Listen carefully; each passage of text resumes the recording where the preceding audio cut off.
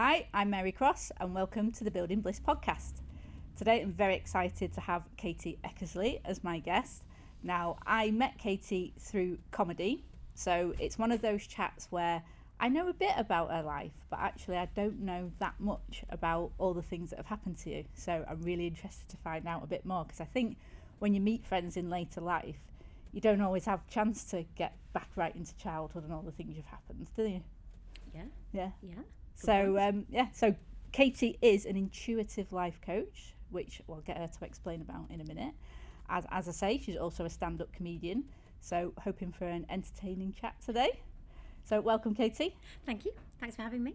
You're welcome. And so, what is an intuitive life coach? Let's delve in with that one. Go straight in. Yeah. Essentially, it's a life coach, so I do all the practical, traditional coaching methods. However, I add in the woo-woo, anything really. Yeah. Energetics, tuning into your higher self, balancing your chakras. I love it. You do love the woo-woo. I should say that you're a little bit witchy as well. I am massively witchy. Yeah. I think we all are. Yeah. And I think we've just had it sort of battered out of us to go along with the flow. And instead of actually trusting our senses, we've got so much noise from everywhere, social media, any kind of media, that no, that isn't right. Yeah. Well, I saw there's a meme doing the rounds that says, why were we suspicious of the witches that we burned and not the people that burned them? Exactly. I think that's it in a nutshell, isn't it, really? I shared that one. It's just, feminine energy, and we just weren't allowed the feminine energy. But then, equally, I don't want to batter down the masculine energy, because we all have both within us. Yeah. And we should all be allowed to express it. So we'll dive in with the first question then. Okay. So I should remind everybody that the 5 pillars of bliss are bravery, laughter, inspiration, spark and success. So we're going to take you through those pillars with your life. So the first one is B for bravery. So can you pinpoint a moment in your life that stands out as your bravest? I know, I've been thinking about these questions. To be honest, getting out of bed every morning involves a bit of bravery. I think anything where I've had to get out of my head, get in tune with what I really want, and follow it through. So, taking my black belt, competing with kickboxing, to stand there in front of someone knowing you're going to get punched in the face is beyond bravery. But then equally, I think standing up on stage doing stand-up comedy, as you well know, everyone keeps saying to me, "Oh, you're so brave," but actually I think bravery comes from, like I said before, just knowing what you want to do. Not what you want to do, what you know, like your soul is screaming out for you to do. And that's the intuitive coaching bit, is the tuning into what your soul actually wants, and not what your head wants, and not what you think everybody else around you wants. Yeah, well, I think that's true, because I went to a really good networking event the other week, and she got us to think about when we feel most comfortable in our lives, and we feel the most confident before we started networking, because obviously people get very nervous, don't they? Go, oh, God, talk to a stranger, and what am I going to say? And the first thing that popped into my mind was on a stage with a microphone. That's where I feel comfortable. I feel at home. Like all my anxiety goes away. But if people don't do it, they think that that's crazy, don't they? Exactly. Whereas I think bravery, I would never, ever, ever do a bungee jump, or probably jump out of an aeroplane. I just that is. So I don't know. I think bravery is different for everybody. Yeah, absolutely. Because I didn't actually say in your introduction, are you still a double black belt going for your third belt? I am going for my third, and I'm a bit concerned about when I get my third black belt that I'll have to cut out the really funny bit in my set. Yeah, well, you can lie. Just make it up. Yeah, that'd be fine. So what are your first 2 black belts in? So they're all Chinese kickboxing. Right. The first one is just your first degree, and then the second one was more like groundwork, and like takedowns and stuff like that. And then the third will be weapons. Weapons. It is weapons, yeah. So broadsword, butterfly knives. Right. It looks so beautiful. So you do all all the forms. All the forms. Yeah. Wow. Yeah. Love it. I love it. I do. And love might come in handy at some comedy gigs well, with the hecklers. Exactly. Comes in handy, like in my own home, frankly, with 3 children. Yeah. Yeah, how is that, juggling everything with a nightmare? My voice is a nightmare. So that's where some bravery comes in, of the getting out of the bed, is knowing what you've got to face each day. Yeah, you just don't know what you're going to... Yeah, you'd never know. As I said to you before, I was on the way here, got a phone call from my son's school because he's in a bit of trouble. never ends, does it? It doesn't. My kids are teenagers and we still get calls, so Yeah. I don't know at what age it will end. I don't know if they're going to ring up from their job, like the boss will be like, "Oh, can you come and pick so up?" No, I think they will, because even I will still be phoning my parents. In fact, I remember I was at work and shall I share this story? So somebody had gone off on this jolly holiday, and as she'd gone, and we were like, oh, it was like trip of a lifetime, all this, and I'd said, obviously said, goodbye and have a nice time, and I had this flash of her funeral. And I was like, well, that's a bit weird. And she died on holiday. Oh my God. As any self-respecting at the time, mid-20-year-old, I phoned my mum. I said, Mum, the other is... And do you know what she said? She went, oh, you've got it too. I've got what? What? What? I know. So yeah, I don't think my children will ever stop phoning me to get out of trouble. So you have some intuition, obviously. Well, exactly. And that runs in the family, yeah. it seems. But it was always, we could always chat about it. And I loved anything to do with witches. Yeah. Sabrina. Do you remember Pongwiffy? Oh, no. Yeah, Kate Amansky, her books. Oh, they were so funny. I know. I'm the grot bags era. That's probably my first witch. But, yeah.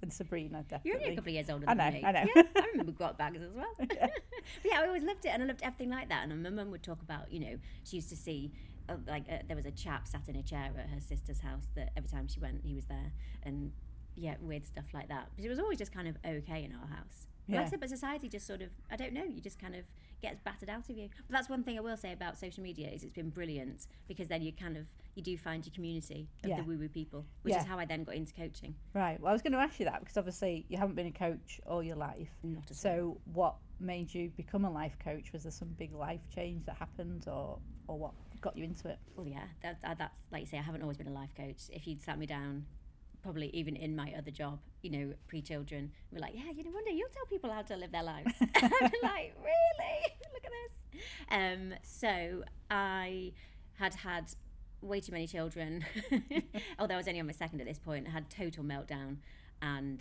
I just thought, oh gosh, I've got this, I need help. And I tried all sorts of, like Reiki, I tried homeopathic remedies, I've tried anything and everything. The only thing I've never tried is hypnotherapy. Right. And I don't know why. No, I did go for hypnotherapy, but they said, this made me laugh, they said, I can hypnotise you, but it might mean you're not gay anymore.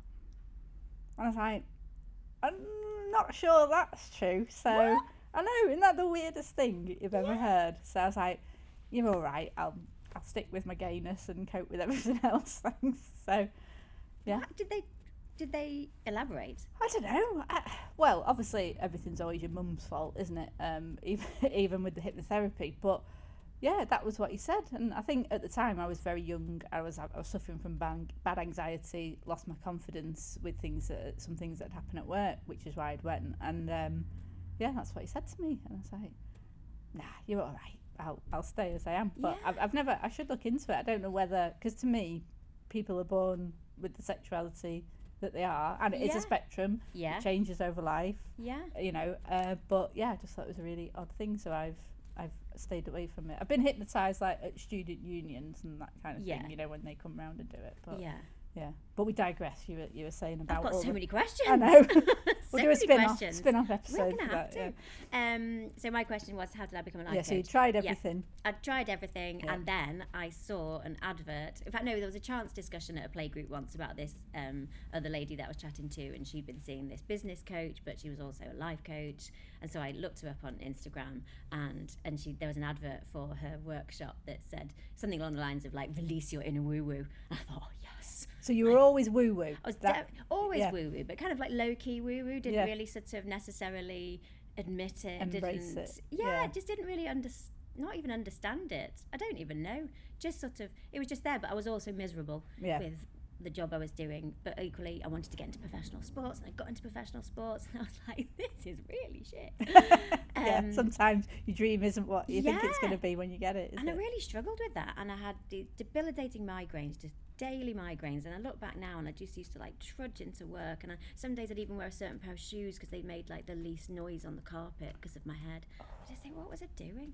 Anyway, so I needed to sort my shit out, and I went and released my inner woo-woo, and then that was it. That was it. And the genie was out of the bottle. Well, she was. And then I learned all, like I said, all the energetic practices that we talked about before, although I didn't talk about very well. And I, just slowly little things just started to change, and I just felt more like myself.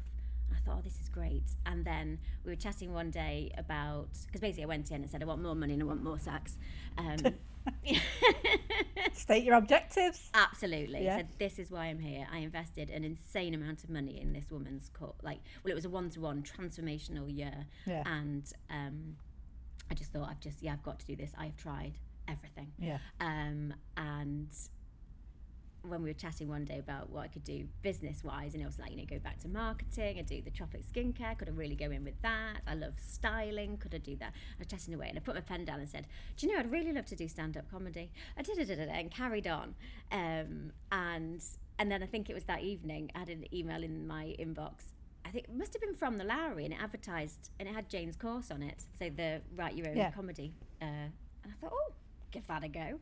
Serendipity. Exactly. That you said it that day. Exactly. Yeah. Well, I put it out there to the universe, and the universe was like, oh, thank God she's realised. Bang, here you go. Here's the course you want to be doing. And in fact, the anniversary must be coming up, because it was March, wasn't it? Yeah, well, I did my first one in January 2020, just before everything shut down in person. Yeah. So mine was booked for in person, and then it had to go on online because of COVID.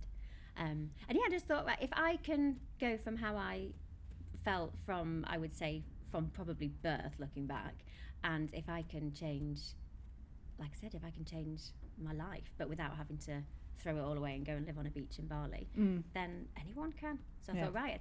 In fact, so here's another universal moment. So then I thought, okay, so went and looked at coaching courses, and I was sat, again, because it was COVID, I was sat in it was like a free workshop to advertise this certain company. And I actually texted my coach, said, I'm sweating. This is so awful. This is really awful. She was like, trust the process. I was like, okay. Because they had, that music, Heather Small, what have you done today to make yourself? I was like, oh, no. Jeez. And then they put us in breakout rooms. I was like, this is what I wanted to get away from. Yeah. I hated the corporate world. Yeah. And I've lost my train of thought now. Anyway, and I just thought, do you know what? So Caroline should do, if she did a coaching course, I'd well be on with that. Yeah. Didn't obviously even say this to her, because I didn't need to, because obviously she got the witchy vibes. Because then, I think it was that, a few months later, she then released that she was running her coaching academy. It's like, right, so I can now get a training qualification and with the person that I wanted to. So again, I feel like I manifested that. Yeah. So that was a brave step then, to make that change and decide. But I think a common theme with people who've been on the podcast is what looks brave to the outside came from a moment of there is no other choice. Yeah. This is either my back's against the wall and I have to change, or I'm so driven to this purpose, there is no other choice. It's the thing that is lighting me up. Exactly. I think it is. Yeah, it's the spark of bliss. I really think it is. Yeah. So do you would definitely say you've got braver as you've got older then? I don't know. Again, I was looking at that question. I think bravery comes with the confidence of knowing that you've got to do this. Yeah. Like I said, I don't have to jump out of an aeroplane. I don't. No. But I know I've got to release the comedy, because I need to get the creativity out, and I need to help other people as well. I want other people to know all the stuff that I've learned. I want to share it with everybody, because I want everyone to feel good. Yeah. Well, it must be really satisfying when you take someone who's in the same state as you were and then see them grow. Absolutely. And it doesn't even take that long either. And I know I said, I went on this big long year's course, and I think if you're really committed to that change, you do need to really assess how long you it's not going to happen overnight. It's all the incremental changes. Then equally, I've got this 8-week course of, I keep calling them guinea pigs. I need to find a better name for them, but in fact we're now on week 8 and I'm still calling them my guinea pigs. Mini witches. Mini witches. Witches, ninja witches. Ninja witches, yeah. My brain's gone off now. Yeah, witches in training. Pun world, but yes. Come back to me on that. Yeah. And again, just in 8 weeks, because they've made this intentional steps to to make little changes. And they've been doing amazingly. And I think and then again, so this comes back to the intuitive bit. It's like, oh, then watch what then drops in. You know, suddenly there's, oh, and then I had this opportunity to do this. I can't believe it. Like, I can believe it. Because like I said, because you put it out there, so it's just raising your vibe. Yeah. Well, I think that's the thing. There's a common misconception about manifestation of, oh, just think good thoughts, and but it requires action. Yes. As well. Yes. And I guess what you're instilling in people is that combination of belief with action. Yeah, absolutely. And really getting clear on what you do want. And also, and if you focus too much on, you know, what you don't have, you're probably going to end up, well, you just end up in that cycle. My friend always used to call it the loser's loop. I like that, because it says what it does on the tin, doesn't it? It is, but it's true, because you do, and then you get into that, and you're like, oh, and I haven't got this, and I haven't got that, and it's like, and and again, it's not just a case of just you know, think positive thoughts. You have got to put the action with it, but on the woo-woo side, the positive thoughts that you have, and the intentional thoughts, and like I said, knowing what you really do want, that's when it does open up for stuff to come in, and that's where you are manifesting. Yeah. Well, I think it is, I don't know if it's our generation, or maybe you get to your 40s as a woman and then you start to realise very clearly what you don't want. Yes. And that you're not happy. Just I describe myself as a wafter, because I have wafted through life to some degree, and it's probably only in the last few years, once I sorted my own mental health out, that I was like, no, I really want this. And one of my favourite mantras I have on my lock screen is, I am fearless in the pursuit of what sets my soul on fire. Ooh, I like that. And I'm like, that is it in a nutshell, because when you find something that sets you on fire, that's it, isn't it? You go for it, and then things, as you say, come to you because of it. Exactly. And you can't stop, like you say, they're like fire. You know, it just, it rages. It's absolutely brilliant. Yeah. I like that mantra. Say it again. I am fearless in the pursuit of what sets my soul on fire.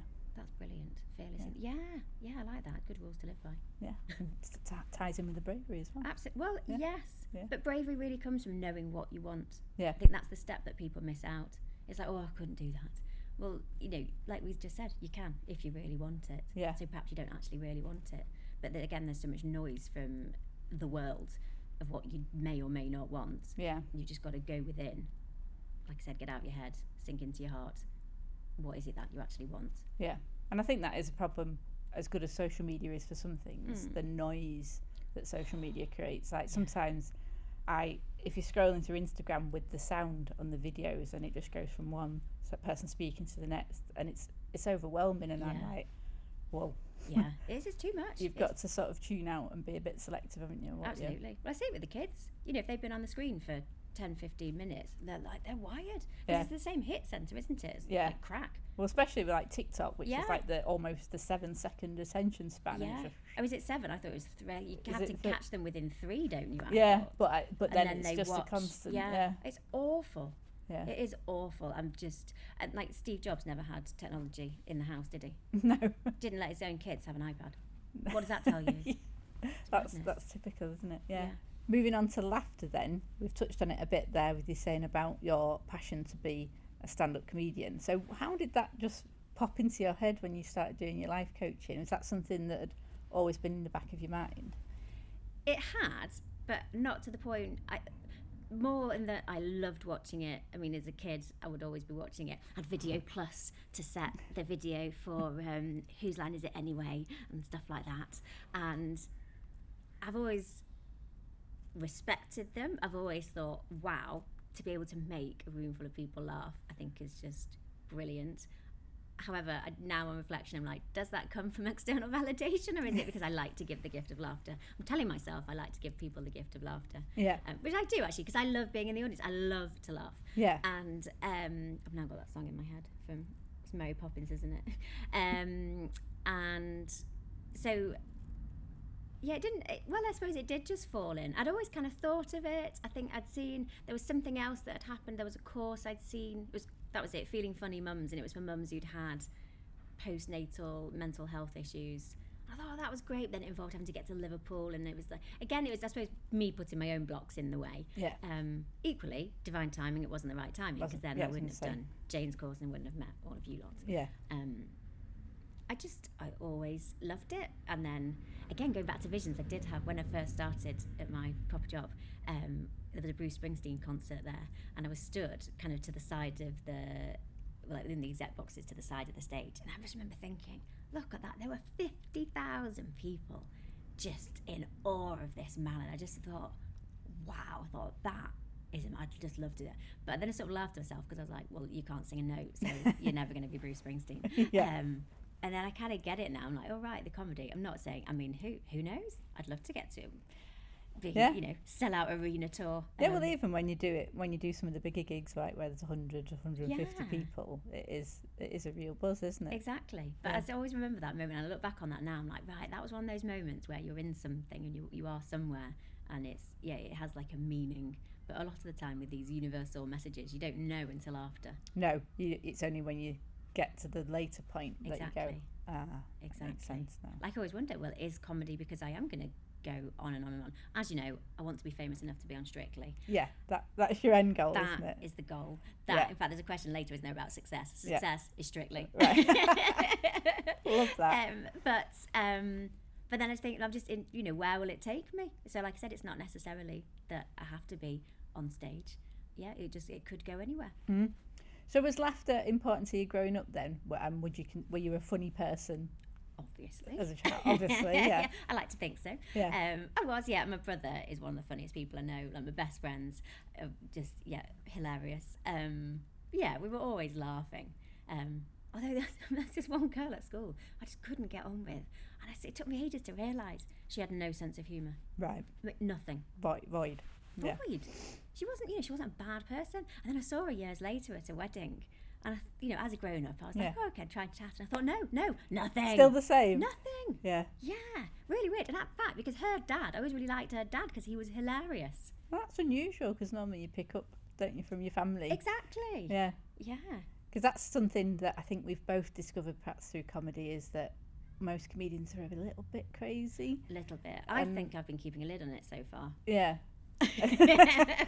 But I think maybe that comes back to, if we're going woo-woo, the inner child stuff. Yeah. What I just learnt on Tuesday in therapy, the inner child there's 4 elements. I'm actually saying 5 here, aren't I? There's 4. I can count to 4. One of them is like the funny child. Yeah. Or like fun child. And I think, yeah. Because I think we're just suppressed, aren't we? I mean, there's one thing, like when I teach public speaking, it's the second biggest fear after death. But is it any surprise that as kids grow up, they're told to sit down and shut up? Exactly. So then, why are we surprised that then they're scared to actually express themselves? Absolutely. So I think we've really got to try and nurture that playful side, because we lose it so quickly, don't we? Yeah, massively. It's and like what I said before, anything, if you're like the little kid who loves, I mean, I used to make spells and, I loved it. But when it's kind of quashed out of you, whether it's by critical parent, whether it's by society, it's such a shame. I think kids, it's really hard for children these days. Yeah. Really hard. It's very tough, isn't it? Keeps me awake at night. Yeah. Well, I think we're both lucky enough to have grown up without social media, without camera phones. Yeah. So even like, I was bullied, but at least the bullying stopped when I went home. When you got home. Didn't carry on social media with messages, and it's just such an immense pressure, isn't it? Everything's very visual and how you look rather than what you can add value. Exactly. And what everybody else has got. Look at what everyone else has got. Yeah. That's not good. No, comparison is the thief of joy. It is. It is. Yeah. So yes, and like laughter. I suppose again social media, you can. There's so much on there that is hilarious. But equally, it sends you a bit under, doesn't it, if you've been scrolling? Yeah. Yeah. No, laughter's, and our family, if anything awful happens, we still make. I mean, we make some dreadful jokes. Gallows humour. Yeah. Massively. But I think that is, I don't know if it's a British thing actually, because I'm friends with Australian comedians and see like a lot of American comedy, and I think it is a bit of a uniquely British thing to have the dark humour about. I don't know what you think. I'll ask you that. I've just always, I don't know. I do now wonder if it's unhealed trauma. Yeah. Well, comedy is tragedy plus time. Exactly. So I was going to say, when you were in the depths of your despair, if I can call it that, did laughter help you out of that? Could you get to a point where you could laugh again? Had you stopped laughing? Had I stopped laughing? Good point. Probably. Mm. Yeah. That's a really good question. Had I stopped laughing? Probably more. I don't think it was ever a thought of, I've not laughed for 4 days. Yeah. But on reflection, yeah, I guess I'd stopped laughing. Yeah. So what was the path out of that then? Was it once you'd started the coaching and got the woo-woo. back in tune with yourself, woo-woo. it unlocked it? Yeah, absolutely. Yeah. Although I will also say, though, it was also proper medication at the time as well, because it was so awful. I had a toddler, a 9-week-old baby, no sleep, and I was just an absolute mess. Yeah. And like to the point where I was throwing up in the mornings because of anxiety. Yeah. Couldn't sleep, needed to sleep. Oh, it was horrific. Mm. I'm trying to think then, when did I laugh again? I don't know. Yeah, it's an It was just a interesting slow question. and steady Slow. progress out of it. But like I said, I definitely needed the medication to start to get me out of that loop. Yeah. And while I am all about natural healing, there is sometimes a place for, you need the drugs. Yeah, well, sometimes it is a chemical imbalance, isn't Exactly. it? And there's no amount of journaling that's going to help that, is there? A lot of people go, oh, I've got anxiety. Have you tried journaling? Have you tried going for a walk? Yeah, we tried a gratitude. Yeah. Yes, I'm really grateful that my mental health is dog shit. Yeah. Yeah. And it's awful when you're in it. It's so awful. And you can try and tell yourself, this too shall pass. But like you say, it's that chemical imbalance, and the things that your brain is telling you are just, again, I can't think of the words, it's just awful. And then when you feel fine and you're out of it, you think, gosh, what was that about? I'm fine. I need to tell myself that I can just get out of it and it will pass. Yeah. And oh gosh, but you're in another place. Yeah, you can't, when you're in that sort of depths, you do need all the help in the world, don't you, to absolutely get out of it. Yeah. But then I would say, is it like a sort of a marker point over the years? Was it when I went to homeopath, first of all, it said frequency, intensity and duration. And I think actually, like I said, on reflection, since I first had my meltdown, frequency is obviously a lot less. Intensity took a while to come right down, and duration, probably only really recently, if things spark the anxiety, it's only just probably now that the duration is shorter. It takes years. Yeah. And I think it's never going to go. No. It's how we manage it, and then how we manage, again, which is where the woo-woo comes in, because it's not not trying to fortune tell all the bad stuff and trying to get back to being factual. Yeah, well, that's what they say. I think anxiety is imagining the future constantly, isn't it? Yeah, or and depression's questioning the past, isn't yeah, it? Yeah, and the worst things that can happen. Yeah. So, in terms of your comedy then, how did you feel the first time you performed stand-up? So, I was actually okay. Yeah. And I look back now and I think, you're Wally! Yeah, because you just did it for an event, didn't you? It wasn't like a gig or a comedy club, it was... Yeah, no, it was, she called it the Upstanding Citizens Bureau, Harriet Dyer's event. And I just had 5 minutes in the middle. It was great. But then I hadn't done I look back now, it was not like a properly written set. It was just sort of all the things we'd kind of learn, and then all the stuff I'd put together. Yeah. And then I think then it was the next year actually, then I wrote the set properly. And then I was more nervous. We were there together. It was Jam Street. Jam Street, yeah. Yes. That was your first one, yeah. Yeah. Well, that was the first one after that one. Yeah. After the first one. Yeah. Yeah. Second one. Call it. We're so good at maths, aren't we? It's a good job in the funny. comedy business. Yeah, again, comedy. Like I wonder, is it because it's that sort of like, look at me thing. I'm no good at maths at school, but I'm really funny. Yeah. And I was really nervous for that one. And I remember sat there and I just went, I can't remember I can't remember myself. I just can't remember it. And again, you look back and you think, I didn't need to put that much pressure on yourself. You were doing it. You were there. Yeah, that is something, because it's like your mind goes, it's like, I've literally forgotten every word I've ever been taught. Not just my set, but words. Yeah, any words. Yeah. But then you get up and then I guess it just comes out and a switch comes on, doesn't it, of what you can do. Yeah. But this is exactly where I'm meant to be. That's one of my mantras. Yeah, I like that. Yeah. And especially we do put a lot of pressure on ourselves, don't we? So much.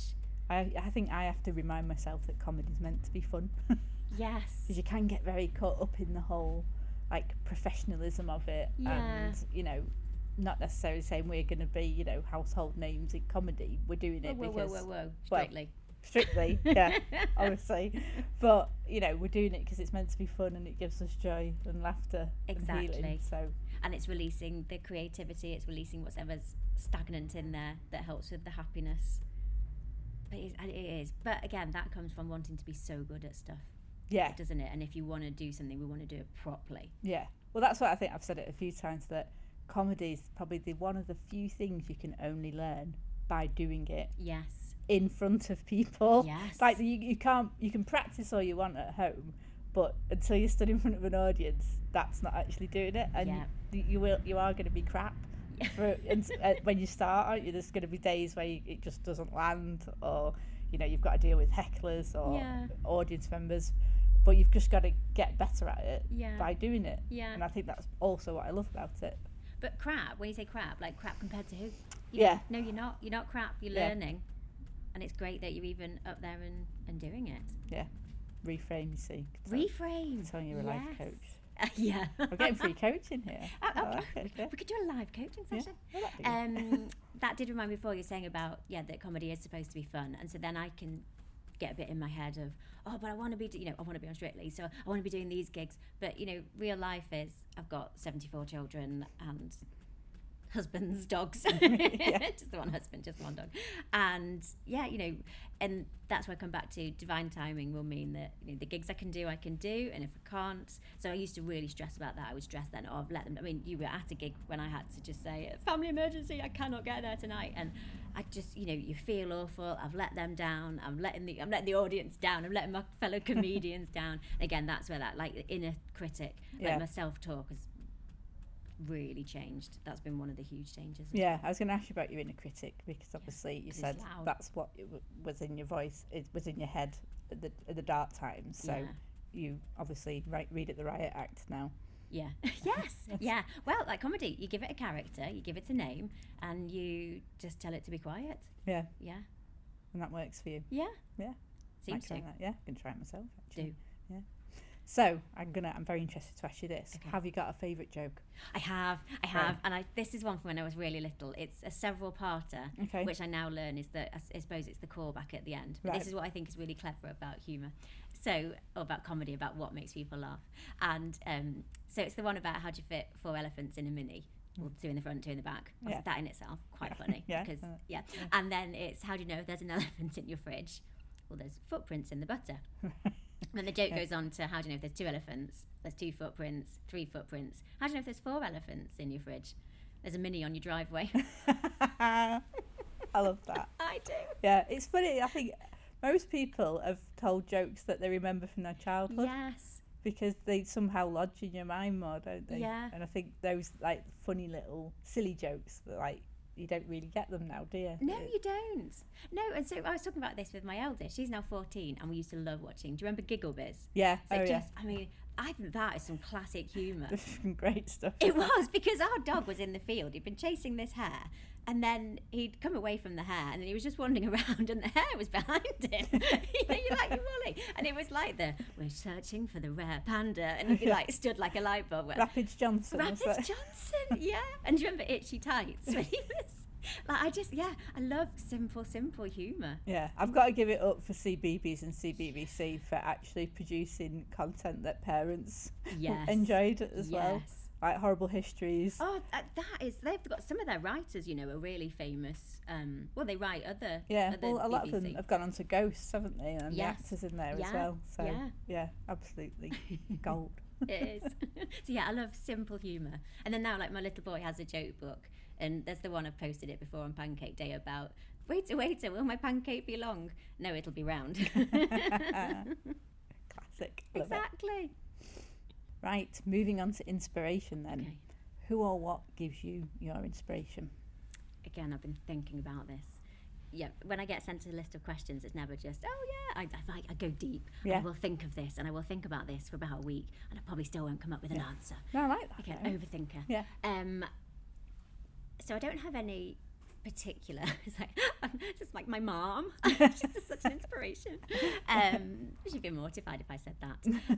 Just loads of people. I think anybody who follows what it sounds so wanky, follows their dream. You know, somebody who, has given themselves the time and the space to work out what it is they actually want to do, and that they've then gone out there and done it. And I think, you know, and those brave steps of leaving a job behind, or, well, anything. And anybody who absolutely lives what they talk about as well. I don't know, like my martial arts instructor, he can still bang out hundreds of sit-ups, press-ups, all these things, and he could still, he is an inspiration because but it comes from living what he teaches. Yeah. Well, I think I saw a thing saying if you can't embody it, you shouldn't be teaching it.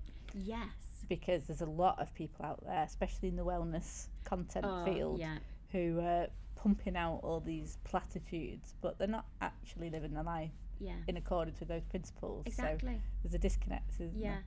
That does worry me sometimes, though, because I know I'm still still got a lot of work to do. No, but I think that's being authentic, though, isn't it? As it's come up a lot on the podcast, Mel Robbins is one of my ultimate role models. Yes. And I think the reason she is so powerful is she goes, I've really messed up today. Yes. Or, like, this has gone wrong, or I've done this, and people can relate to that. Yes. And I think there's a certain power in being authentic on social media. Yeah. And I think there's probably that it's going that way now. There is more of that, but there's still a lot of people in white and floating around, isn't there? Well, exactly. I always say, jangly skirts.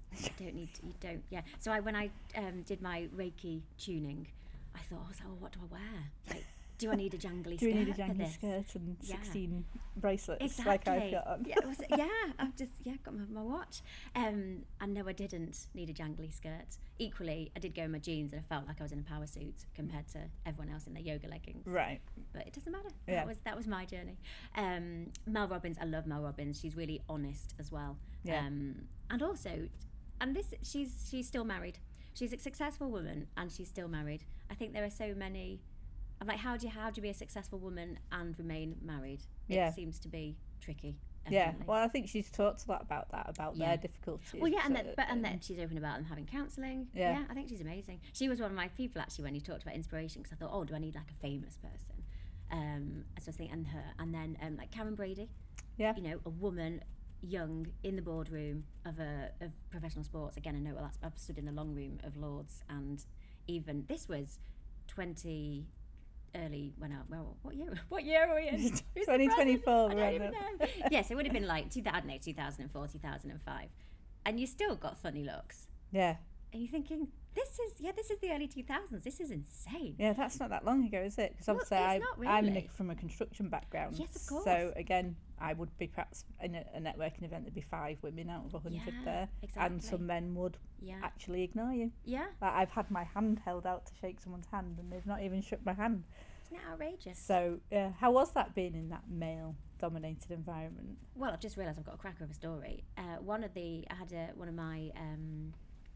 of the sponsors was a well-known bakery, and I was the only woman in the room, and there was a discussion about obviously baking products and such like, and it was like, talking of crumpet, Katie, 2 days ago I'd done my first black belt. I just thought, again, what? Yeah, I could have you. Yeah, and I will. Lay you out. Yeah. And then in fact, there was a boy, I remember, because I was limping one day because I've had an injury from kickboxing. And I say boy, because we were all in like our 20s. And even then, he was similar age to me. He went, it's because you do a man's sport. And he wasn't joking. No. It was actually. No. So, but I didn't find it. And then, there was 2 girls were, I think, like chief execs of a couple of the other cricket clubs, and they were known as like, like the ball breakers. Like, no, they're just women. Yeah. They're just women doing what they want Asserting to do. themselves. Assertive women. Yeah. Exactly. They're bossy and aggressive. I know. Yeah. And you don't need to be bossy and aggressive. No. And that's not what they're being. They're just being professional. Themselves, yeah. Exactly. So it was weird. But also I really wanted to be I didn't want to be in marketing. I wanted to be on the pitch. Right. Not playing cricket, because I would have been really rubbish at that. But like, to have been a professional sports person, I remember thinking, I've really missed a trick there. Because I didn't get into kickboxing until I was like late teens. Yeah. And I was known as being not particularly into sports at school. In fact, they wanted me to come and train for hurdles because I was weirdly good at that despite being 2 foot tall. Right. And I was like, no, but that'd be lunchtime, and then I'd miss eating and chatting. Right. So why would I go and do that? Why would I do that? I know. But again, divine timing. Obviously wasn't meant to be champion hurdler. So what sport would you choose if you could go back and be a professional sports person? I know, what would you have chosen? Definitely some form of athletics. Athletics, I reckon hurdles. Yeah. I would love. I have had to admit to myself I'm never going to get an Olympic gold. And well, what about like curling or something? Curling. There's a few sports, you know, like the archery. Yeah. There's and bowls. Shooting. Yeah, shooting if you've done your weapons training. Yeah. So it's never too late. Because I'm sure there's some people on the bowls and the archery that came to it in their 30s and 40s. So good point. I'm sat here now thinking I obviously don't want it enough because I'm not prepared to give up everything else to go bowls just to get my Olympic gold. Yeah. No. Well, I think you'd want it to be a sport that you actually enjoyed. Yeah. So. It's got to be vigorous. Yeah. So I was talking to someone last night about getting eyebrows. It's not even microbladed anymore. I don't even know what they call it. It was, and she said, "Oh well, you wouldn't be able to sweat for 3 days." Again, I was like, I sweat overnight. Right. I sweat getting out of bed in the morning. I was like, well, what would I do with kickboxing then? So I'm not going to be having my eyebrows done. No. Just your problems. Priorities, isn't it? Exactly. So thinking about your coaching then, do you exclusively work with women? Yes and no. Women are very much my market because I think a lot of like losing yourself comes from stopping work and being at home having children and suddenly just in the absolute chaos. But there are men in that situation and I think men are kind of being not forgotten, but I think look at the male suicide rates. I just think it is frightening. And then talking to somebody the other day about domestic violence, but where the male is the victim, the police they're like, well, you're just not going to get anywhere because the woman will just say, I felt endangered, even though she's been the one. Yeah. And I just think it's so. If a man wanted to come and be helped, then amazing, because I do think there's like I said before, we all have our feminine energy and we all have our masculine energy, and it's all about balance. But I do find it's predominantly women that do come to me. But I just think it's interesting because I think men do struggle in middle age and even have a male menopause in effect because obviously their hormone levels change. Yeah. But I think it must be very hard for them. It's like, oh well, just man up kind of thing, isn't it? Look where that's got everybody. Yeah. Just man up. I'm manned up going to work every day with a migraine, and I would just ended up then having a meltdown. When I was off having babies, because it was almost like you relaxed. Yeah. Yeah. So how would you like to inspire others then? Because it sounds like you are inspiring a lot of other people through what you've been through, and then how you can use that to help them. Yeah. I'll never forget actually after my meltdown, and then I got back to being fit again. I just got myself out there. And I remember one of the antenatal groups said, you've really inspired me to do da-da-da. And I thought, gosh, like she's never said that. And I thought I haven't really done anything. And I thought, but actually that word made me feel really good. I thought, right, wow, great. So how do I like to inspire people? Just to follow your dreams. But it's true, and again, not just to kind of carry on with the rat race because you think you ought to be doing something. Right, classic example, my mum said about how somebody had given her this piece of cake at some do, and she was like, and I had to eat it, and I knew it would make me feel ill. I said, well, no, you didn't have to eat it, Mum. She said, no, but I did. No, but you didn't. And not at the expense of yourself. So I want to inspire people, to just, but not in a selfish way. No. Not be like, I'm doing this, and you can all bugger off. What's my level of swearing on this? You're fine. Okay. Well, obviously Heidi. Yes. And, good point, actually. Yeah. So, we did exceed the number of allowable fucks, I think, on that podcast. So allowable fucks. Yeah.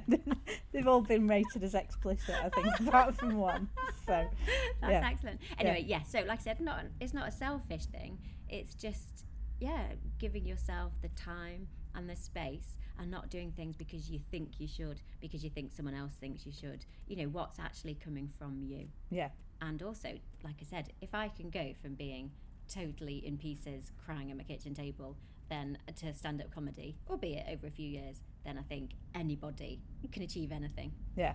Well, that is a great inspiration, isn't it? Especially, I think people do derive inspiration from people who've been through a struggle. They don't want to hear you've had a perfect life and you're telling them how to have a perfect life. Yeah. Obviously, they don't want you to have suffered, but the fact that you can draw on your own experience and go, I know what it's like to be down. Yeah. But I also know what it took for me to get out of there. Exactly. The effort it took, but I know it's worth it. Yeah. And here is the proof. Yes. You're like your own testimonial, aren't you? Yes, exactly. Yeah. Yes. A lot of my clients say I'm relatable, which a little bit, I'm like, that's because I'm still a bit, you know, got a bit of work to do. Yeah. Well, I don't think, like you say, the issues you've had, the challenges, trying to put it in positive language, they don't go away, do they? They don't. They just, they're...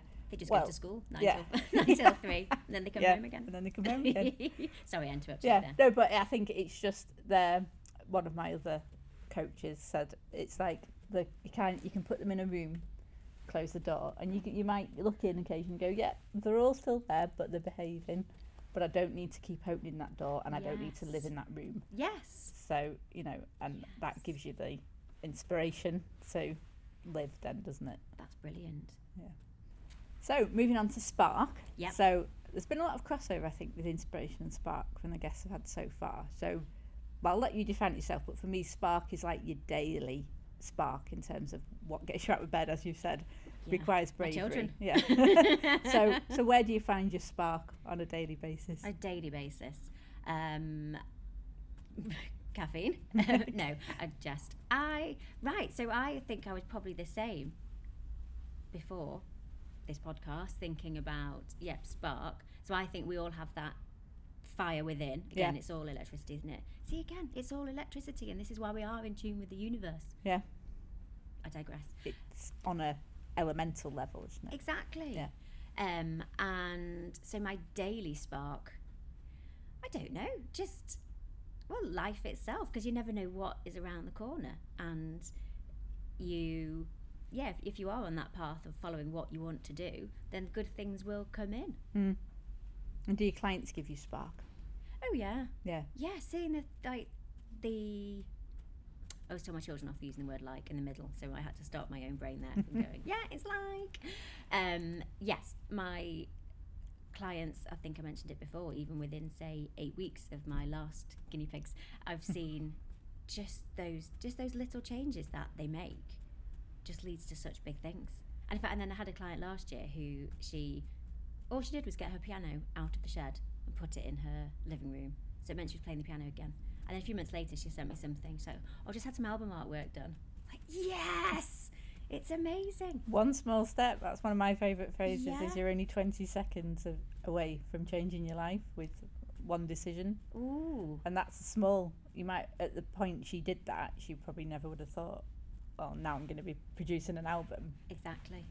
And again, that's the anxiety thing as well. It's, but if I get the piano out and then I do this and then I've got to do that and then what, and then I'll have an album, and then how on earth am I going to be a world star?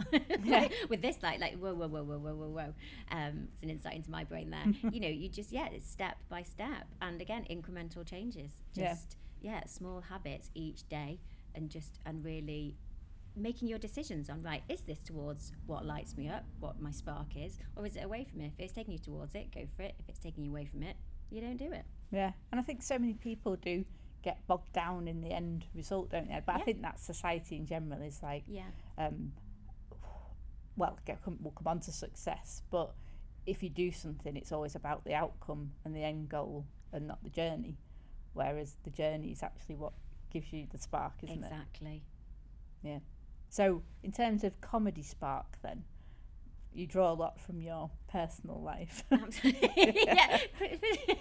would try not to be rude there. Basically, your comedy writes itself, love. Yeah, it does though. But again, so that was always the comedy I loved growing up, was sort of like do you remember like the British Empire? Gosh, that was so funny with the woman who had the baby in the drawer. Just daily life. Yeah. Because daily life is ridiculous. Yeah. It really is. And in fact, so just thinking before, sorry, I'm just reversing a bit, but people who inspire me, I always love watching programs like SAS, Who Dares Wins. Oh yeah. I think the SAS men, because they really, they've got something else. It's that commitment to strength and fitness that is above and beyond anything else. But then, and one of them said in it, and he's gone into, visualizations and just, that's where it's a bit more woo-woo. So that's what I mean, woo-woo. It's, if someone from the SAS is doing it, oh yeah, I didn't realise that, yeah. And then, and he said about there's almost peace when they're working, which is at war. He said, and then he went, because daily life is chaos. And I thought again, I was like, yeah, it is. Yeah. Just day to day is absolute. It's terrifying sometimes if you think about it too much. Well, you never know what's going to happen, do you? And I think exactly. We were chatting, weren't we, about flexibility and control. Yeah. That, you don't know, and people who try and control things, that's where you're out the real problems start to come in, isn't it? Yeah. Anyway, so daily life is, you could look at it as daily life is absolutely terrifying, it's just really silly. Yeah. And it's fun. Yeah. It's got to be fun.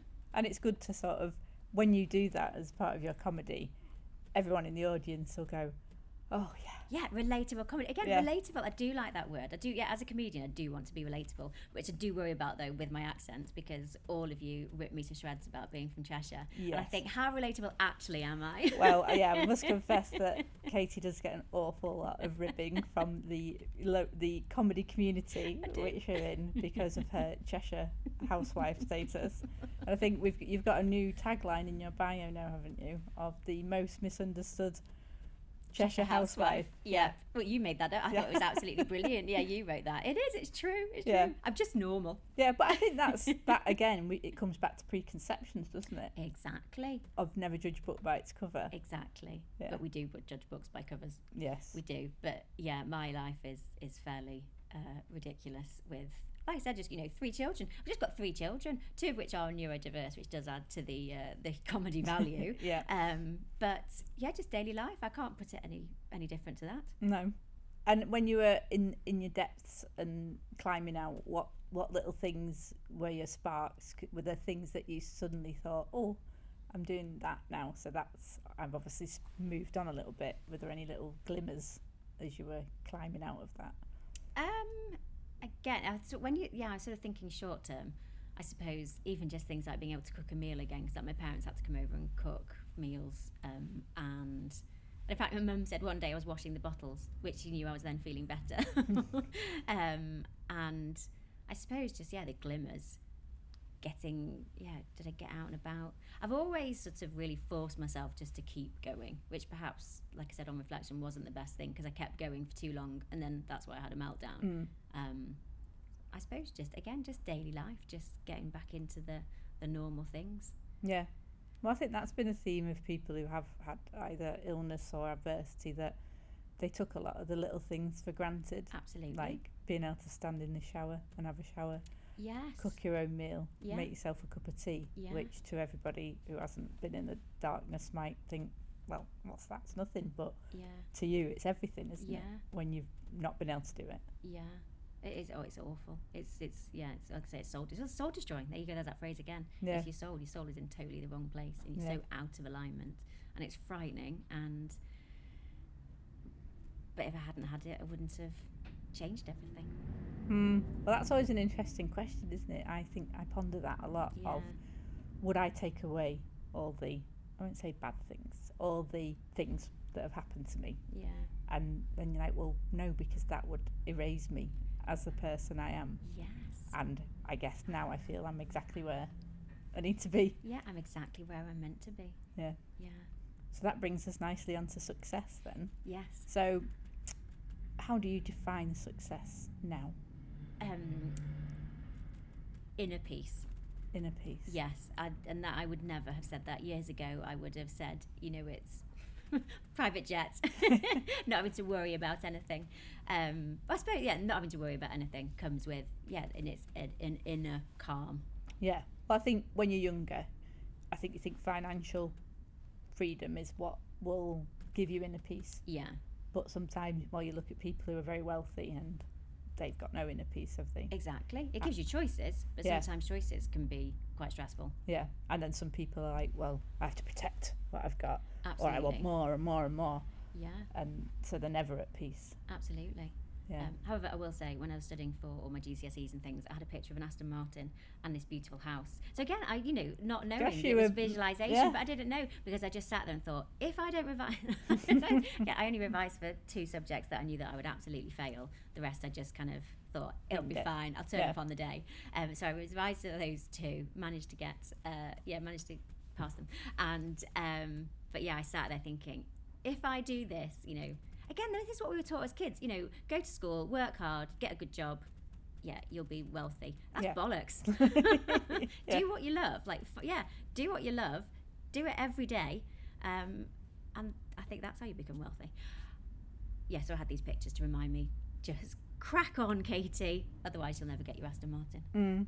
Well, it's an interesting question about motivation, isn't it? Because there's tests you can do to see whether you're internally motivated or externally motivated. Because I think I'm a bit of a combination of both, in the sense that I am probably very driven, but I do like people to say thank you and well done. Yes. Which a lot of my clients don't always do. Do they not? No, in the legal world, I should say. It's just basic human manners. Yeah. But I think it's interesting because I think our daughters are similar age. 14, so my daughter's 15, nearly 16, doing her GCSEs this year, and also neurodiverse. And motivation is really difficult for them, I think, because they don't think in the same way as we do. And motivation to them is pressure. And it's a very fine line. We've just been to see a college that I think she will really love, so I've taken a picture of it and I want to put it up, but I don't want to pressure her. Because I want her to feel like I can achieve, but I don't want to pressure her. And it's like, and I think she struggles, and I don't know if this is a neurodiverse thing, with the idea of success, like long-term thinking. I don't know what your daughter's like, but what her dreams are and her goals are. I don't know what your daughter feels about that. That's really interesting. She has, massive dreams, massive goals, which I think are achievable. But if you try and give her, advice or tips to kind of get there, you're right. I've always thought it just was that, oh, Mum, you're telling me, just telling me what to do.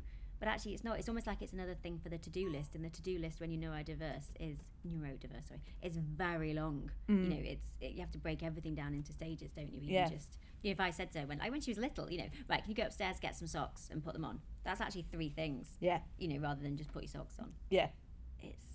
And I think there's that pathological demand avoidance side of autism as well that comes in, that if someone tells you to do something, then you're like, not doing that now because you've put a demand on me. So my littlest is definitely like that. It's really interesting, isn't it, to think of what their definition of success would be. The thing with success as well is it's not just the tangible things. So like for her vision of success is riding horses.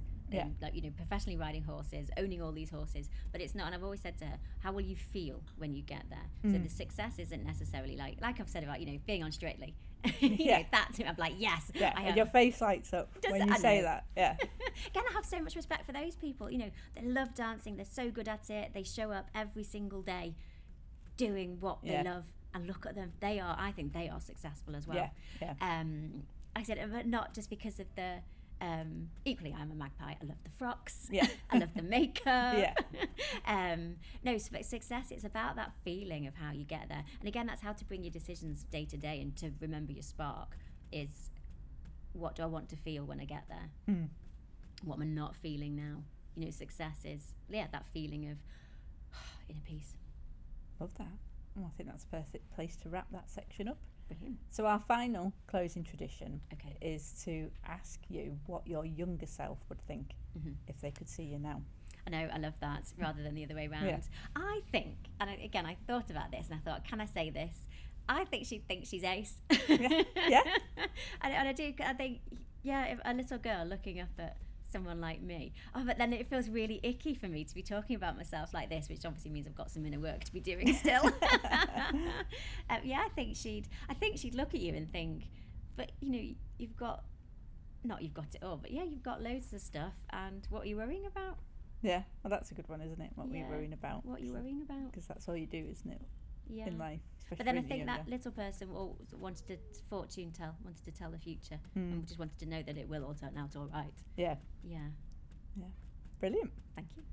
So that's the end of our Aw. questions. It's been fantastic to talk to you.